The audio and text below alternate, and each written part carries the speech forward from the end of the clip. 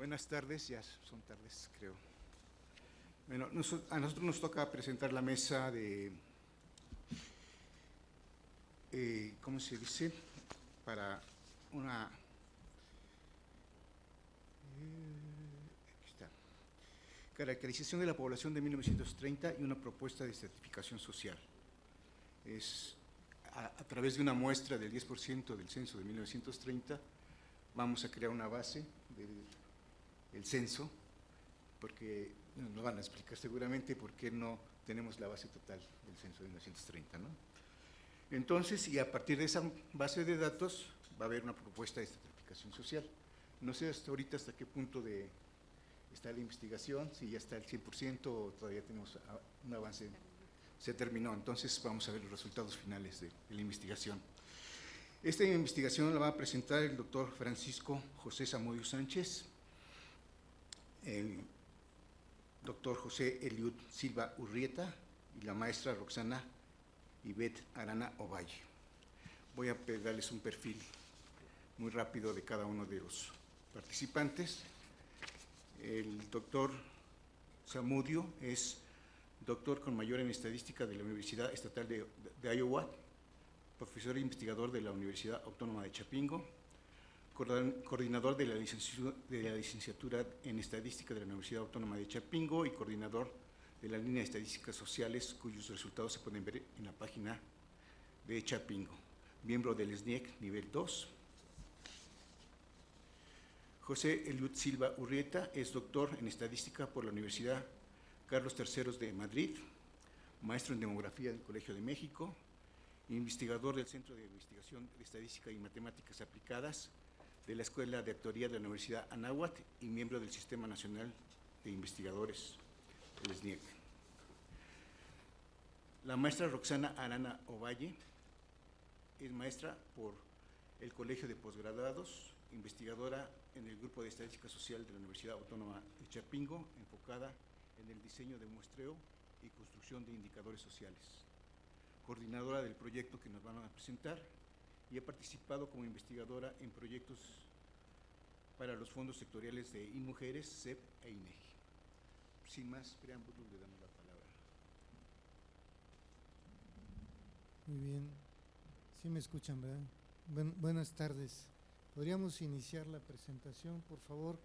Antes un comentario, ¿no? Efectivamente el fondo sectorial INEGI CONACYT funciona muy bien, ¿verdad?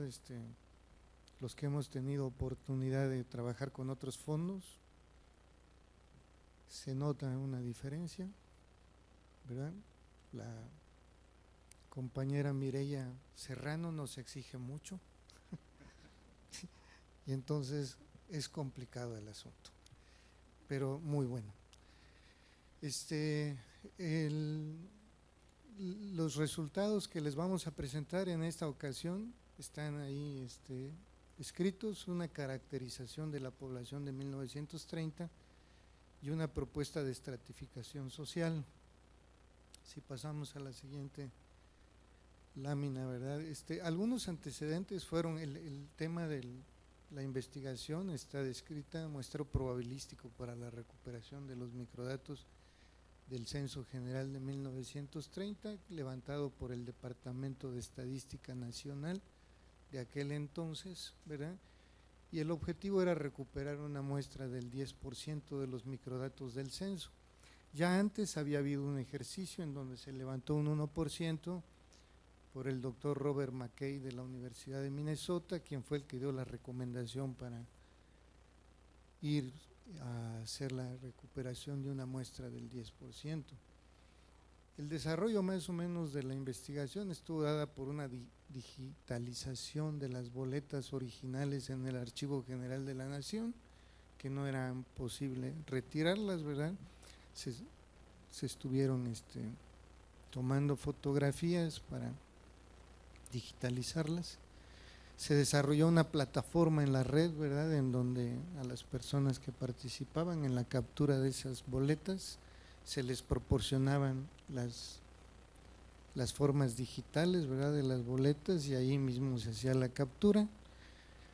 El número de personas que participaron fue grande, ¿verdad? Ahí dentro de la plataforma, más o menos simultáneamente 100 capturistas, también por el tiempo que duraba el proyecto, ¿verdad? Y pues ahí se tuvo oportunidad de constatar la ventaja que tienen los trabajos que se hacen a través de red y que las personas desarrollan en sus casas, ¿no? Como una modalidad de trabajo que se está haciendo muy común, ¿verdad? Y bueno, las más beneficiadas pues son las que se ven más beneficiadas son las mujeres, porque tienen que atender otras cosas en su casa, ¿no? Y pueden laborar en espacios parciales y pues es interesante, ¿no?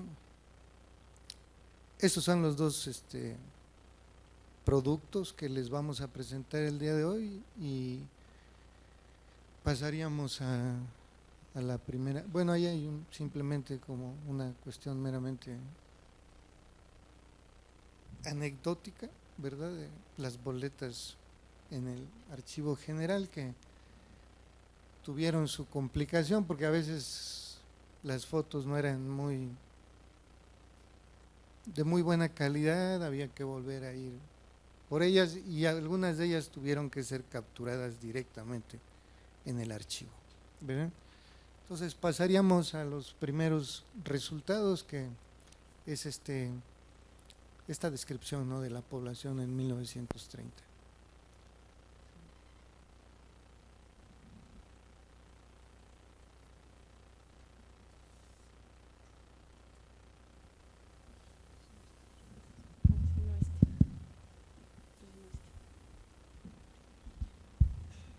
Buenas tardes. Bueno, yo les voy a presentar los resultados ya con la información de los microdatos. Precisamente este es el único gráfico que tiene resultados de los censos de población desde 1900 hasta 2010. Es interesante ver el crecimiento que tuvo la población a partir de 1930. Se ve es la línea que está en rojo, el censo la población de México, el crecimiento de esta población, y se ve una tendencia positiva muy acelerada hasta 1980. Eso se debió a las altas tasas de natalidad y a las bajas tasas de mortalidad. Después se empiezan también crecimientos, pero más pequeños, propiciados sobre todo por la Ley Federal de Población de 1974. Podemos ver que en estos 80 años la población de México se ha septuplicado. Solo vemos un punto interesante, que es precisamente el punto entre 1910 y 1921, que muestra un decrecimiento muy importante del 5.4%. Parece 3 eventos los responsables de este decrecimiento. Como todos sabemos, la Revolución Mexicana de 1910 a 1921, hubo también un evento importante de influencia española de 1918 a 1919 y la Guerra Cristera del 26 al 29.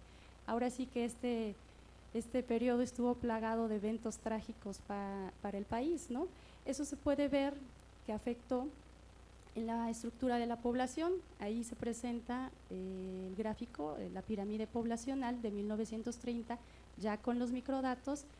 Deberíamos de ver pues sí una pirámide con base ancha y simétrica, relativamente simétrica, pero hay un punto importante de 10 a 14 años donde las mujeres tienen una disminución importante y los hombres un aumento.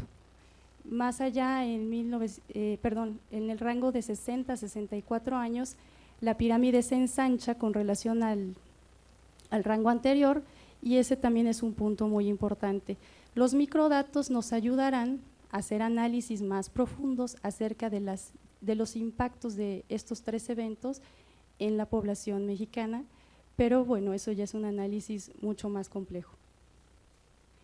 Ahora vamos a ver algunas de las variables que podemos calcular con los microdatos. Por ejemplo, el índice de masculinidad de 2010, para algunos rangos está en el mismo nivel o más abajo que en 1930. Nosotros ahí pusimos, son las barras en naranja, el censo de 1980. donde los índices de masculinidad son más cercanos a 100, que es lo que estamos esperando, ¿no? Más o menos, ¿no? Que haya el mismo número de hombres que de mujeres. Sin embargo, bueno, y sí, en 1980 sí se acercan más a 100, pero si comparamos 1930 con 2010, a partir de 20 años, los índices de masculinidad son menores en 2010 que en 1930 y por supuesto más bajos que en 1980. Para saber un poco acerca de la precisión de estas estimaciones, porque sí, estas ya son estimaciones a la población, tenemos una muestra del 10% de los datos, pero que es suficiente para estimar a la población con precisamente factores de expansión. Para ver la eficiencia de la estimación hay un cuadro ahí que espero que puedan ver los que están en las pantallas. Está en la primera columna la estimación de 1930 con microdatos, en la segunda los resultados reales de 1930 que provienen de tabulados básicos del Departamento de Estadística Nacional de 1932 y las diferencias son realmente muy pequeñas en casi todos los rangos, ¿no? Exceptuando en 70 y más.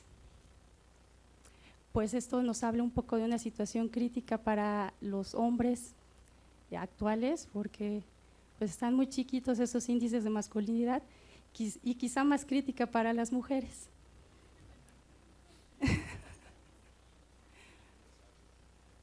Bueno, ahora vamos a ver los cambios en la composición de la situación conyugal. Bueno, fueron diferentes las variables que se levantaron en 1930 con relación a 2010. ¿Por qué usamos el censo de 2010? Pues porque es el más reciente, ¿no? Para hacer la comparación. Entonces, vemos que en 2010 hay 4.8% menos personas casadas que en 1930. Algo han aprendido. También vemos que en 2010 hay 0.9% más personas en unión libre, 0.6% menos familias sin ambos padres. En el caso de 1930 estamos sumando a los viudos y a los divorciados, que suman, creo que es un 10.3%, y en el caso de 2010 a viudos, divorciados y separados. La diferencia es que en 1930 había muchos viudos, sobre todo viudas. Nosotros creemos que fueron producto del movimiento armado. Y en 2010 pues hay muchos más divorciados que en 1930 y personas separadas, ¿no? Por último, 5.8% más personas solteras. ¿Qué repercusiones puede tener este cambio en la composición de la situación conyugal? Pues algunas cosas en los servicios médicos, en la asistencia social y el cuidado de personas en situación de soledad. Sí, porque quizá la soltería puede ser muy interesante en la juventud, pero bueno, llegarán a una vejez y entonces habrá que hacer algunos ajustes, ¿no? Otra variable es el cambio en el analfabetismo, es un positivo cambio, venimos de un 66.8% de analfabetismo y en 2010 se presentó un 8%, es una disminución de 58.8 puntos porcentuales, muy interesante, un acierto. Sin embargo, vemos que la mejora no ha sido uniforme. Vemos los primeros estados siempre están Oaxaca, Guerrero y Chiapas entre los más rezagados y bueno, siguen siendo los más rezagados. Sin embargo, después de ellos vemos a Guanajuato, a Hidalgo y al mismo Estado de México, quienes estaban en niveles similares de analfabetismo en 1930. Sin embargo, algo hicieron, algo positivo, porque lograron bajarlos hasta menos del 8%. Sin embargo, los rezagados pues no lograron esa mejora tan sustancial. Habría que ver qué políticas impactaron o qué políticas no impactaron en estos estados. Otra variable importante es la discapacidad por tipo.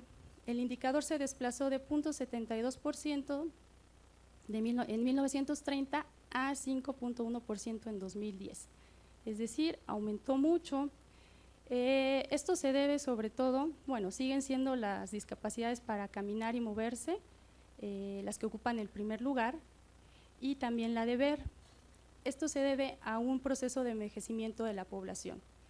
Ahora la esperanza de vida ha crecido y las personas de edad avanzada empiezan a tener mayores problemas, sobre todo en el caso de las mujeres, que tenemos una esperanza de vida mayor que los hombres. En el caso de los hombres, algo que incide mucho son los quehaceres que tienen, que hace que se presenten mayores accidentes en ellos y que los dejen con alguna discapacidad. En el caso de las dificultades para escuchar y comunicarse, están relacionadas con la detención temprana del padecimiento para la prevención y contención de este tipo de trastornos. Entonces, podríamos pensar que las mejoras en el sistema de salud han impactado, puesto que disminuyeron con relación al porcentaje que representaban en 1930. Por otro lado, es un caso contrario, las limitaciones mentales se posicionaron entre las principales discapacidades que se presentan, y se presentan sobre todo en varones jóvenes. La OMS, por ejemplo, indica que alrededor del 20% de los niños y jóvenes en el mundo tienen algún trastorno de este tipo. Una cosa muy interesante de reflexionar y pues muy importante para la generación de políticas en este tipo de variables, ¿no? Por último, el cambio en la actividad productiva. 10% más de las personas están ocupados en actividades productivas. Podemos ver que en 1930 son las barras azules, la principal actividad productiva, las actividades estaban centradas en el sector primario, jornaleros, agricultores y ganaderos, 71.7%.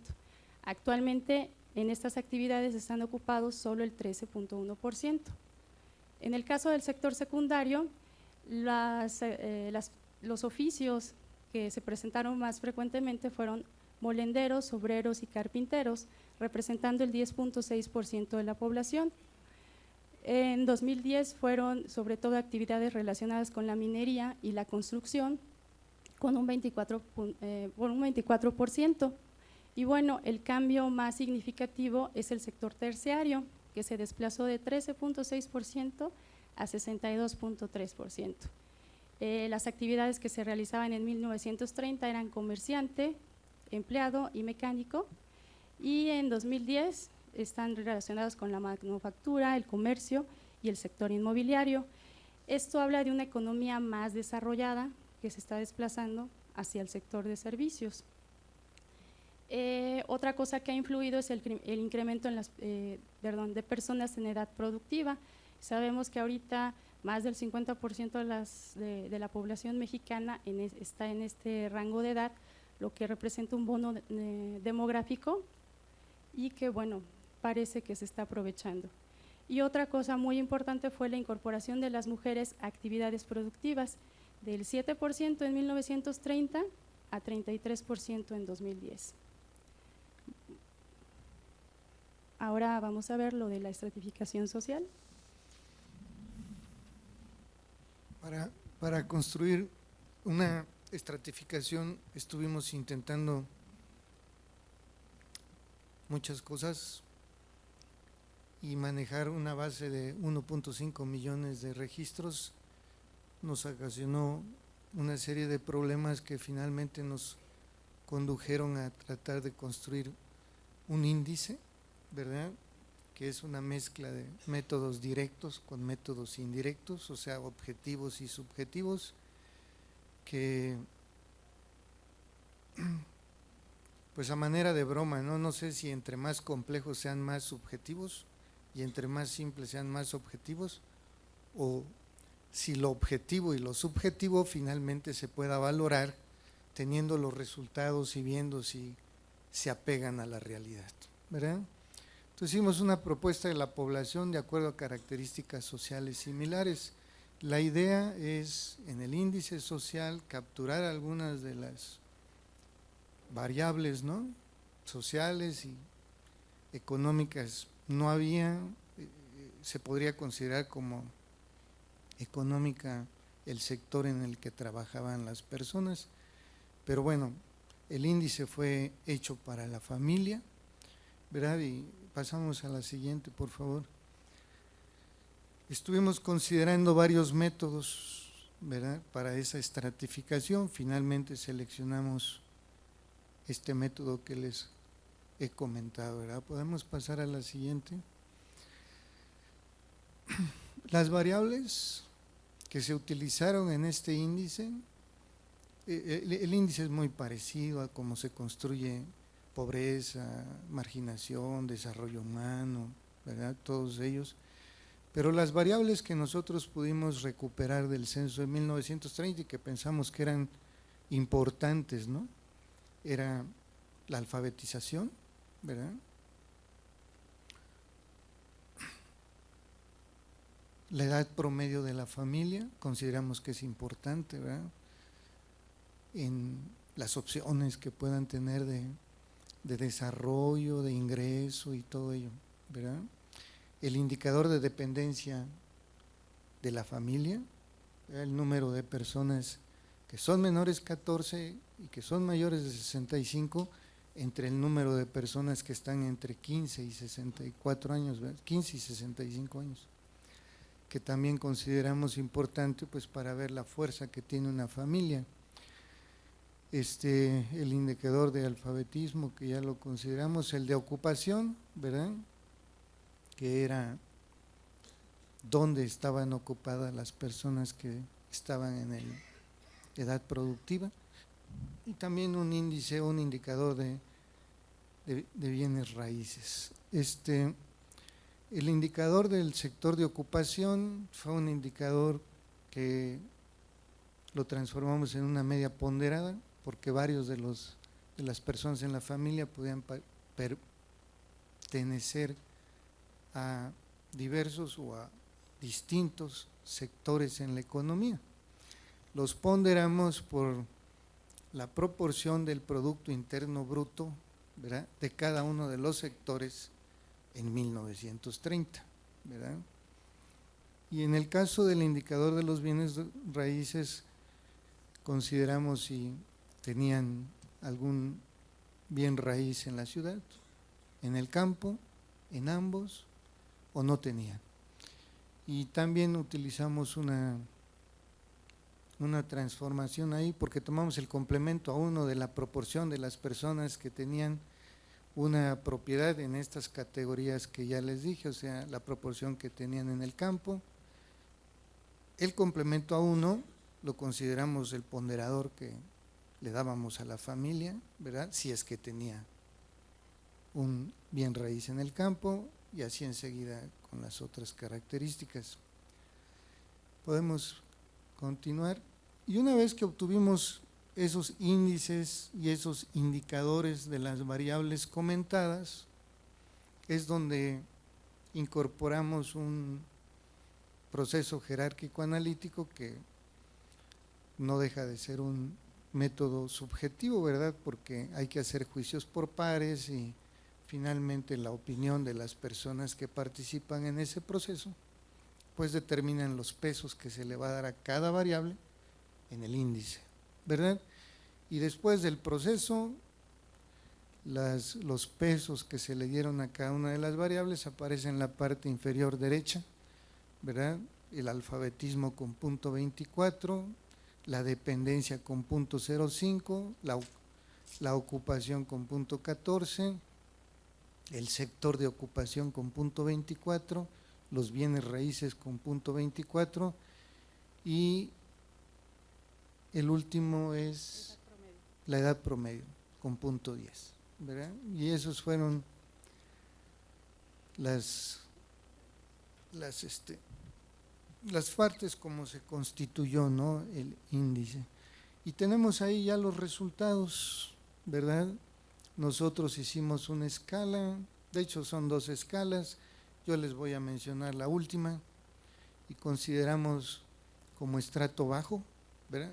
La escala evidentemente siempre está tratada, o sea, los índices siempre se construyen con el propósito de darles un sentido, ¿verdad? En este caso casi siempre se construyen que a medida que tiendan a 1, ¿verdad?, ejemplifiquen una condición mejor, y cuando tiendan a 0 ejemplifiquen una condición más mala. Entonces, en el índice que nosotros construimos, para todos aquellos valores familiares que tenían 0.3 o menos, consideramos como que era una familia que tenía un índice social bajo, entre 0.3 y 0.5 medio, y arriba de 0.5 alto, ¿verdad? Con esa métrica, el 57.5% de la población de 1930, todos estos son datos llevados a la población, ¿verdad?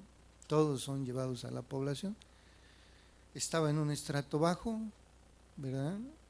36.2 en un estrato medio y 6.3 en un estrato alto. Podemos pasar a… ¿verdad? Aquí hay unas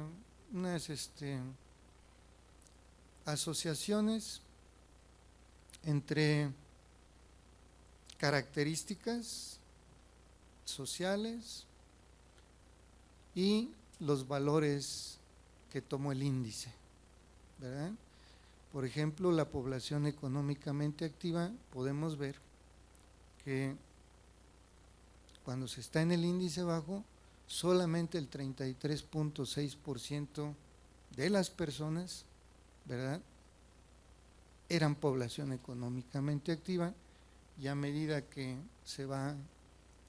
va creciendo, ¿verdad?, la categoría del índice, el porcentaje de personas como población económicamente activa crece. La idea de estas relaciones es ver que el índice trabaja de acuerdo a como uno esperaría que trabajara, ¿verdad? Los sectores de actividad, ahí los pueden ustedes ver. Cuando se está en la categoría baja, la mayor parte de la población está en el sector primario. Cuando se está con un índice alto, la mayor parte de la población está en el sector de servicios, ¿verdad? Un pequeño comentario, ¿no? Vemos las reflexiones que se hacen acerca de las ventajas y desventajas de ser hombre o mujer, pero una de las cosas que se empieza a configurar muy claramente en nuestra población es que, por un lado, en los servicios se tienen mejores ingresos, y por otro lado, las mujeres están llegando a esos trabajos más que los hombres, ¿verdad? De tal manera que seguramente después se harán comentarios. Este sería un mapa de cómo lucía en 1930, pues la población en términos de este índice social, que es muy sencillo, muy simple, ¿verdad?, pero que finalmente trata de capturar las condiciones de las familias en términos de las oportunidades que se podría pensar tendrían para un desarrollo. Como ustedes pueden apreciar, el norte, ¿verdad?, con el color verde habla de los índices sociales altos, la parte de Chiapas, Guerrero y Oaxaca, ¿verdad?, se pinta totalmente de rojo. Los estados que aparecen en blanco son estados en los cuales nosotros no pudimos hacer inferencias, porque la cantidad de datos o no existía como en el Distrito Federal, o era muy baja, ¿verdad?, como es el territorio de Quintana Roo y otros que aparecen ahí, ¿verdad?, en el mapa. Así lucía, y en verdad, si uno voltea a ver, por ejemplo, el índice de desarrollo humano actualmente, pues vamos a encontrar algún parecido, a excepción por algunas entidades, como por ejemplo Aguascalientes, ¿verdad?, que han tenido una mejora muy significativa, ¿verdad?, pero otros estados han permanecido en su posición. Adelante. Bueno, una disculpa, mi vista es un poco mala, entonces por eso lo estoy viendo en el iPad para poder seguirlo. Lo que hicimos posteriormente fue una tabla resumen de algunos indicadores que consideramos importantes. Por ahí está la edad promedio de integrantes por familia y porcentajes de población que tiene que ver con la cuestión de alfabetismo, de 65 y más, de 14 y menos años de edad, etcétera.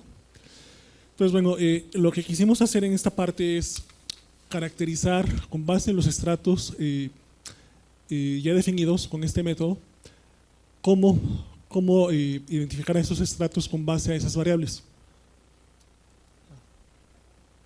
Gracias.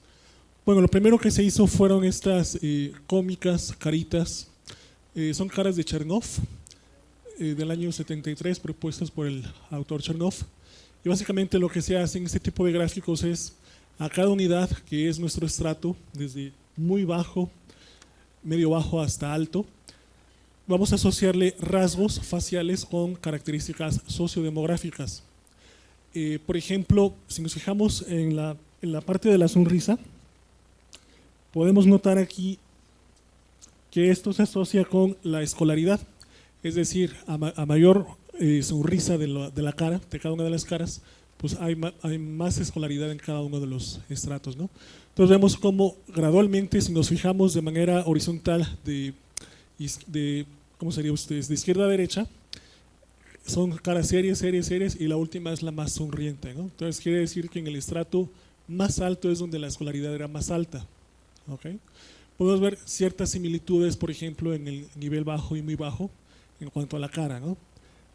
Otra variable importante es esta que tiene que ver con, por ejemplo, la anchura de los ojos, ¿no? Que es básicamente la parte de discapacidad. Se identificó en el censo mayor tasas o porcentajes de discapacidad en el estrato bajo, ¿no? El ojo es relativamente más grande en ese estrato que en el estrato alto. Otra variable interesante es que a mí me resultó al menos así, fue la población china, ¿no? La población china en aquel entonces era muy fuerte, en los años 30, quizá más ahora en términos relativos con datos del censo, pero es destacada en el siguiente gráfico, ¿no? Donde en el estrato bajo la población extranjera con más peso eran los guatemaltecos, ¿no? Estrato bajo y muy bajo guatemaltecos. Y los chinos empiezan a destacar en términos relativos a partir de estrato medio alto y alto. Algo que me pareció interesante, ¿no?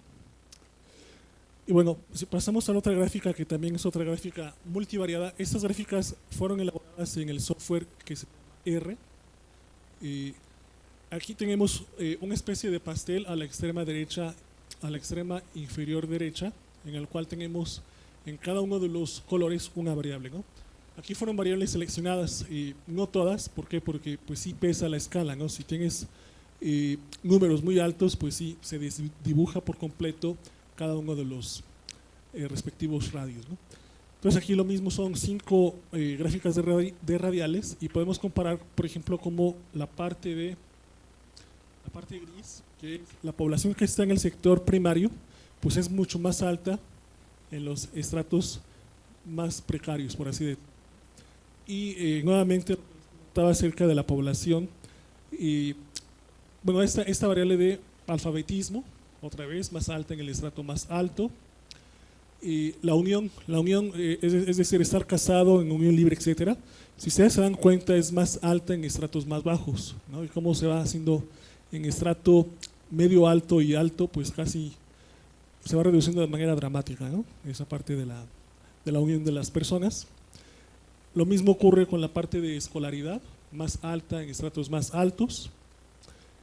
Y bueno, y la población china, ¿no? Lo que les decía es el guinda, pues mucho más alta en esos estratos. Pasamos por y bueno, finalmente, con fines de descripción, de puro carácter exploratorio, se aplicó esta técnica que se llama análisis de correspondencias. No sé si estén familiarizados, pero básicamente lo que nos dice es, o nos plasma en un mapa de 2 dimensiones, por un lado los estratos en color rojo, y por otro lado 16 variables en color azul, ¿okay? Entonces la proximidad que hay entre los colores rojos y los azules me puede decir con qué se asocia cada uno de los estratos. Por ejemplo, el estrato más bajo está asociado con S1, que es una gran población en el sector primario, con gente que tiene algunas propiedades en el campo. El estrato medio, algo curioso, una alta proporción de población de 65 y más y una baja proporción de menos de 14 años. Quizá sean secuelas del movimiento armado y demás movimientos, ¿no? El medio pues está como en medio de todas esas variables sociodemográficas y pues, bueno, el medio alto, por ejemplo, con alfabetismo, escolaridad, el sector secundario, propiedades en ciudades, y el alto con elementos de población dedicada al sector terciario, los chinos, y un alto porcentaje de población extranjera. ¿Vale? Entonces, bueno, esto, una forma fácil de leerlo es proximidad, asociación, lejanía, disociación entre las variables. Y bueno, es lo que yo les quería comentar. Muchas gracias, José. ¿Algún comentario que tengan? ¿Preguntas? Yo tendría muchos, pero no hay mucho tiempo. ¿Alguien que quiera participar?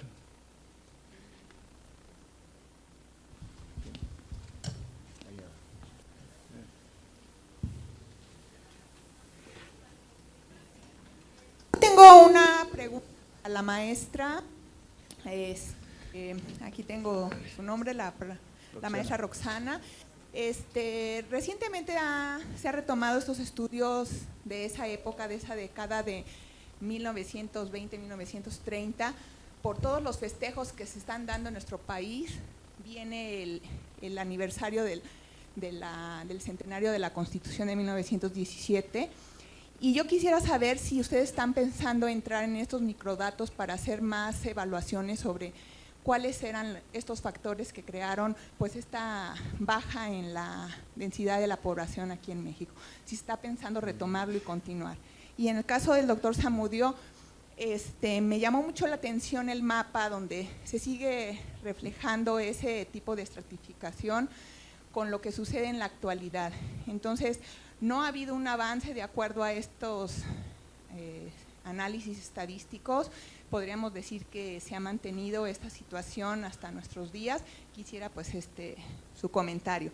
Y también para el doctor José Eliud, me llamó mucho la atención lo de las caritas, esta manera de expresar de alguna manera la fortaleza que se pueda tener económica, y quisiera saber por qué se representa.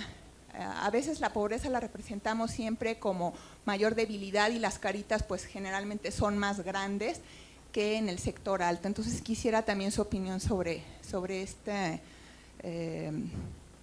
estudio que él realizó. Y pues muchas gracias por sus respuestas. Sí, gracias por la pregunta. En cuanto a análisis posteriores, estamos pensando en hacerlos. De hecho, la estratificación social es el primero. Pasamos mucho tiempo haciendo la parte operativa y ahora que ya tenemos los datos, empezamos a hacer algo de estratificación social y estamos muy interesados en ver lo de la estructura de la pirámide. Ya estamos trabajando en algunas cosas en algunos análisis acerca de las curvas de población. Y pues yo creo que a partir de estos datos muchos investigadores también van a estar interesados en tomarlos y en empezar a ver esto de la dinámica poblacional en México.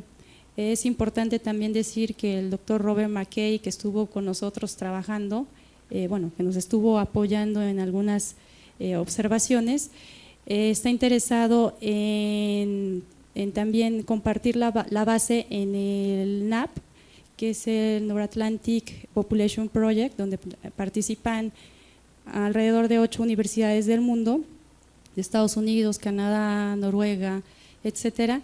Está muy interesado en que se tomen estos datos, que considera que tienen bastante calidad, para que se divulguen y investigadores no solo nacionales, sino internacionales los tengan a su disposición para hacer los análisis pertinentes.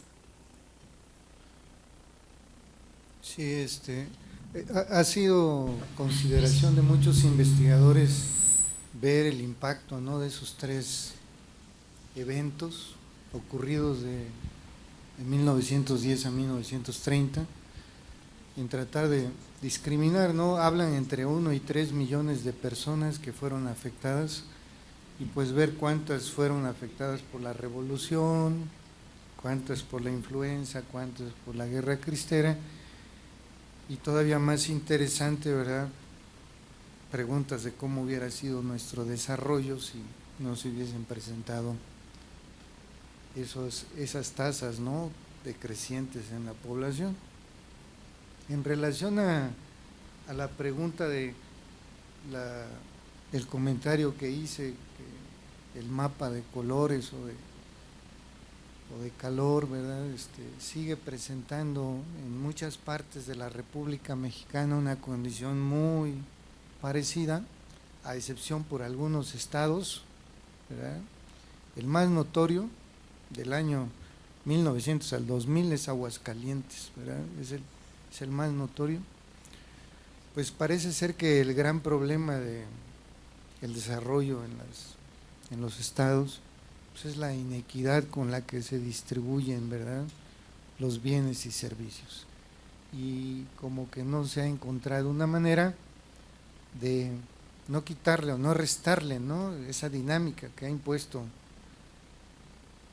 la forma de hacer la economía, ¿verdad?, con el interés social.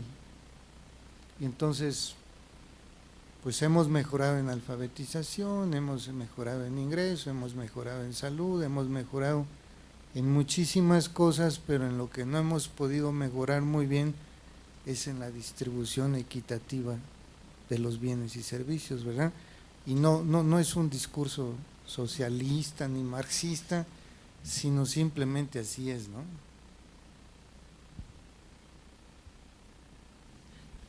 En relación a las caras de Chernoff, mira, originalmente esa propuesta de gráficas multivariadas se deben a la parte de antropología física, ¿no? El artículo original de Chernoff hace un estudio de antropología física en Jamaica, ¿no? Se pone a investigar restos óseos, hace algunos estudios y demás, y logra y establece las caras de Chernoff, ¿no? Ahora, ¿qué más se puede localizar con caras de Chernoff? Aquí nada más fueron 4 estratos. Si hubiera más unidades de observación, podrías ver clústeres o datos atípicos, ¿no?, que es un tema que por ahí está o estuvo en esa mesa, ¿no? Entonces, bueno, ¿cómo yo decidí asociar esa felicidad con la parte de escolaridad? Fue de manera puramente subjetiva. ¿Por qué? Porque quería enfatizar esa variable. El software, en particular R, te permite libremente tú asociar hasta 18 rasgos faciales con características, ¿no? Y pueden ser estadísticos, resúmenes, medias, medianas, modas, etcétera, proporciones.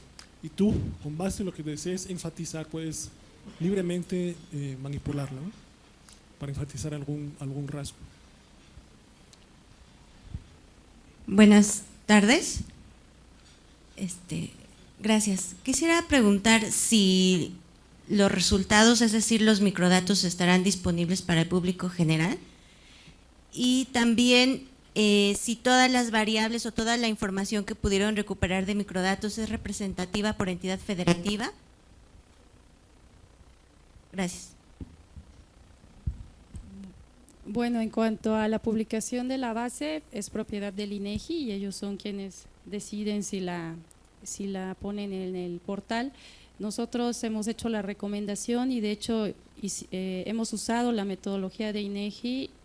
De hecho, fuimos a Aguascalientes a mostrarles el trabajo al equipo del censo de 2010 para ponernos a su disposición y hacer todo lo posible para que la base esté a disposición del público. En cuanto a la pregunta que dices de que si es representativa por estado, no de todos los estados.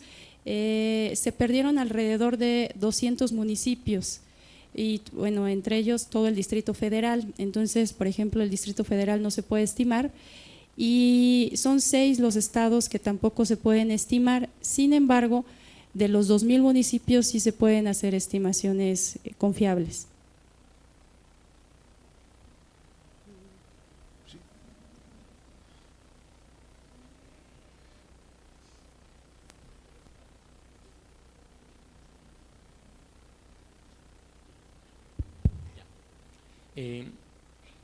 Inicialmente, pues, muchas felicitaciones por el trabajo, es muy motivador.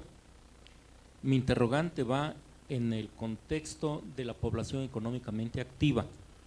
Presentan algunos datos y lo que yo quiero saber es si hay información adicional en el que se pudiera estar considerando ingreso, no sé si familiar o personal, porque una información que es parte del discurso en general que se escucha es que ha sido positiva por su creciente participación la intervención de las mujeres en las actividades económicas. Ese es lo que se escucha. Pero lo que no se escucha o no identificado es si la proporción en que crece la participación de las mujeres ha implicado también un crecimiento en el nivel de ingresos de la familia, porque al menos la hipótesis que yo he venido considerando es que el conjunto de las actividades productivas ha venido ocupando a las mujeres incluso como una variable que abate el nivel promedio de los ingresos de la familia. Es decir, ocupa más miembros de la familia para poder mantener, y la desgracia es, muchas veces incluso se ve abatido el nivel del ingreso familiar independientemente de que se incremente el número de miembros de la familia que participan en el aparato productivo. En resumen, el aumento de los miembros de la familia en actividades productivas, hipotéticamente digo, no se ha traducido en un aumento del nivel de ingresos de la familia y en consecuencia tampoco en un nivel de bienestar. Me gustaría muchísimo pues poder aprovechar su investigación y ojalá que haya continuidad y pueda tal vez ver la respuesta a mi interrogante. Hay otras, pero esta es la que me parece más sustancial en este momento. Muchas gracias. Son 35 variables las que aparecen en el censo de 1930 y ninguna de ellas está relacionada con el ingreso.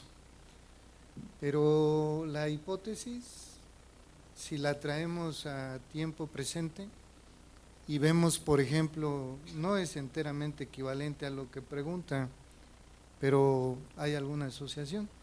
Si vemos el Producto Interno Bruto del año 2000 a 2005 y calculamos el per cápita de las mujeres y el per cápita de los hombres, y nos ubicamos en la entidad de Oaxaca, nosotros podemos apreciar muy bien cómo disminuye el de los hombres, aumenta el de las mujeres y más o menos los cambios son equivalentes, ¿verdad?